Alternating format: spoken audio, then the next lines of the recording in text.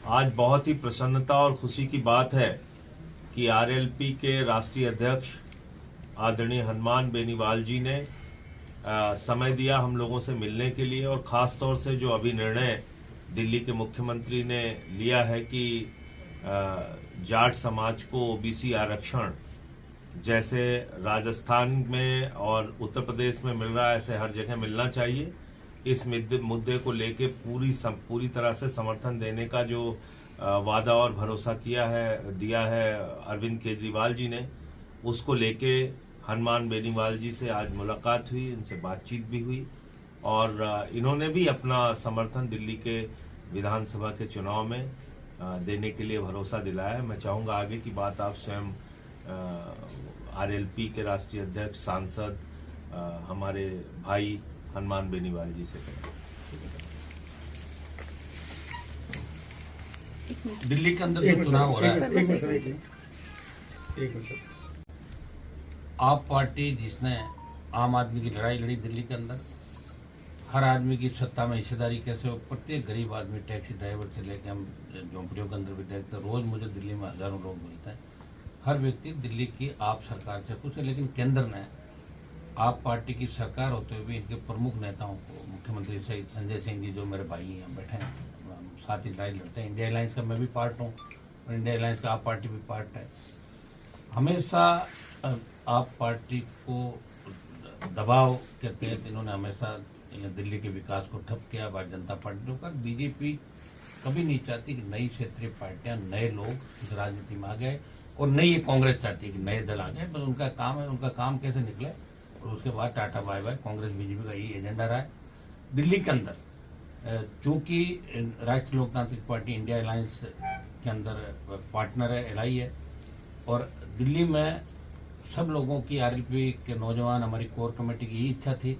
मुख्यमंत्री जी ने भी बात करी, संजय सिंह जी ने बात करी, हमारा भाईचारा आपस में अच्छा है।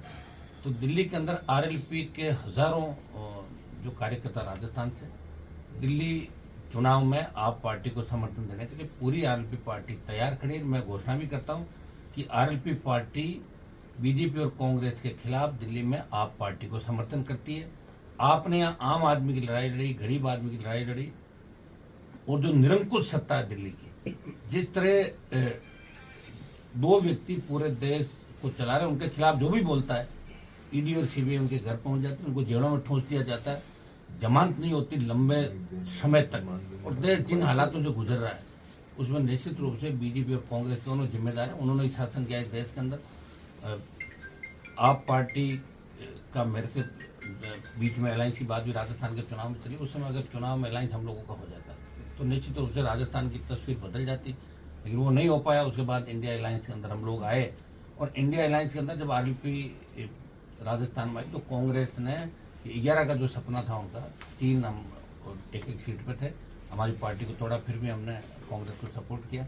और भी विधानसभा के अंदर बाई इलेक्शन थे, उसमें फिर अलग अलग राजस्थान के अंदर हो गए।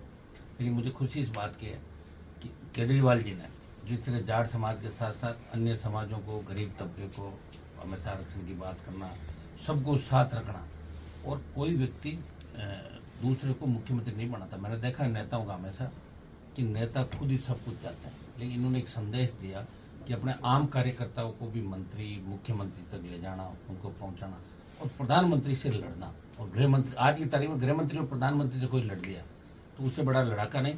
और दिल्ली, पूरा देश दुआ कर रहा है कि दिल्ली में आप पार्टी जीते। अगर दिल्ली में आप नहीं जीती तो फिर ये निरंकुश शासन, अघोषित इमरजेंसी देश में कितने समय तक चलेगी।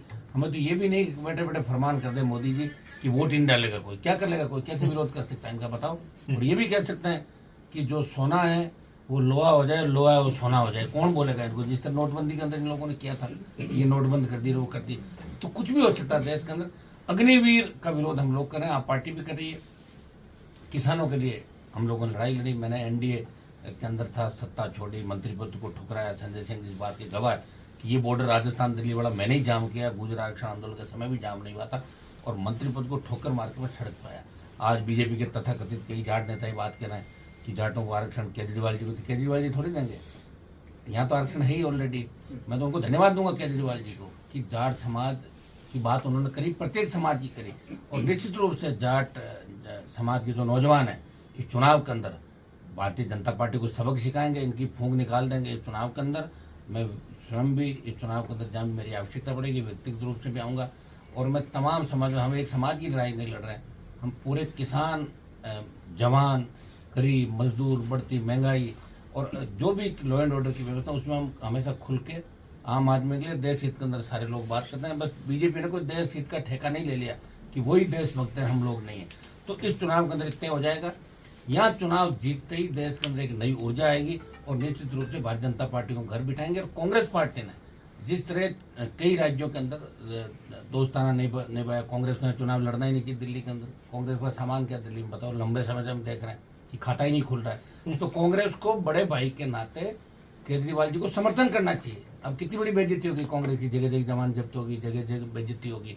लेकिन कांग्रेस भी कई जगह भारतीय जनता पार्टी से मिलकर चुनाव लड़ी। जैसे हमारे अभी बाई इलेक्शन हुआ है तो कांग्रेस के कुछ नेताओं को कहा पेपर लीक में आरोपी थे राजस्थान के कि आपको जेल में डालेंगे, उनका जेल में डालो ही मत, हम सारे चुनाव। जाट समाज की जो पैरोकारी करी उसके लिए केजरीवाल जी को धन्यवाद।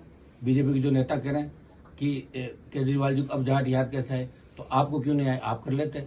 9-10 स्टेट के जाट इंतजार कर रहे हैं देश के अंदर कि आप आरक्षण दो।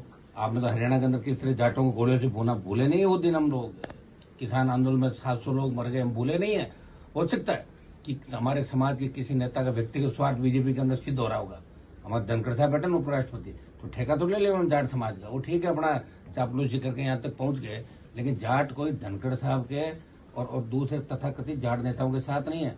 इस बार आप पार्टी के साथ, और हमारा झगड़ा भारतीय जनता पार्टी से, हम बीजेपी की हवा निकाल देंगे और देश में संदेश देंगे कि हम जिधर जाते हैं उधर सरकार जाती है। और हम जाटों का किसी झगड़ा भी नहीं, जाट तो सबको साथ लेकर चलने वाला। आप इतिहास उठा कर देखें, जितने भी धर्म पंथ आए जाटों ने आगे होकर स्वीकार किया। हर लोकतांत्रिक व्यवस्था के अंदर विश्वास रखने वाली कौम है, लड़ाकी कौम है, मजबूत कौम है।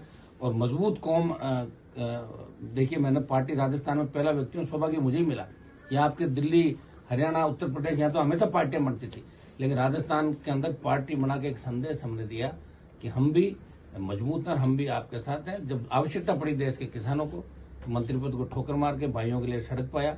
और अग्निवीर का आंदोलन भी 2 बड़ी रैलियां जोधपुर और जो कि हनुमान बेनीवाल। लेकिन आगे भी मोदी सरकार के खिलाफ हम बड़ी लड़ाई लड़ेंगे और आज नहीं तो कल हम थकने वाले नहीं है। इनको थका देंगे, बीजेपी का दिमाग ठीक करेंगे, कांग्रेस पार्टी के दिमाग में जो कचरा है उसको भी देश और प्रदेशों के अंदर से निकाल देंगे। और आप पार्टी की सरकार भारी बहुमत से दिल्ली के अंदर बने। जाट समाज के भाइयों से मैं आह्वान करता हूँ कि जो मुझे पसंद करते हैं वो सारे वोट आप पार्टी को दें, क्योंकि ये लड़ाई किसी बीजेपी के अंदर बैठे व्यक्तिगत सामाजिक, हमारा समाज का कोई नेता हो सकता है वो आके ये भी बात करेगा कि मैं जाट। उनको पता है कि उनको प्रधानमंत्री और गृह मंत्री से मिलने में 7-7 दिन समय लगते हैं। मैंने उनको बाहर बेंचों पे बैठे देखा, उनकी औकात क्या है। लेकिन इन बातों का भी ध्यान मेरे समाज के छोटे भाइयों को रखना है। जब आवश्यकता पड़ेगी तो हनुमान बेनीवाल और ये लोग आपके लिए गोली खाने के लिए सड़क पे मिलेंगे। और ये अभी चुनाव के समय आए, उसके बाद दिखेंगे भी नहीं। तो इन सब बातों का ध्यान रखते हुए पुनः दिल्ली की आम जनता से अपील करता हूं कि हम जो आपके लिए लड़ाई लड़ रहे हैं देश के अंदर, हमारी पार्टी छोटी जरूर है, लेकिन इंडिया अलायंस का जो हल्ला इन्होंने कर रखा उसमें राष्ट्रीय लोकतांत्रिक पार्टी का एक MP भी आता जो राजस्थान से आता। तो RLP आप पार्टी को समर्थन करती है। मैं चुनाव प्रचार भी यहाँ पे करूंगा। और धन्यवाद आपको।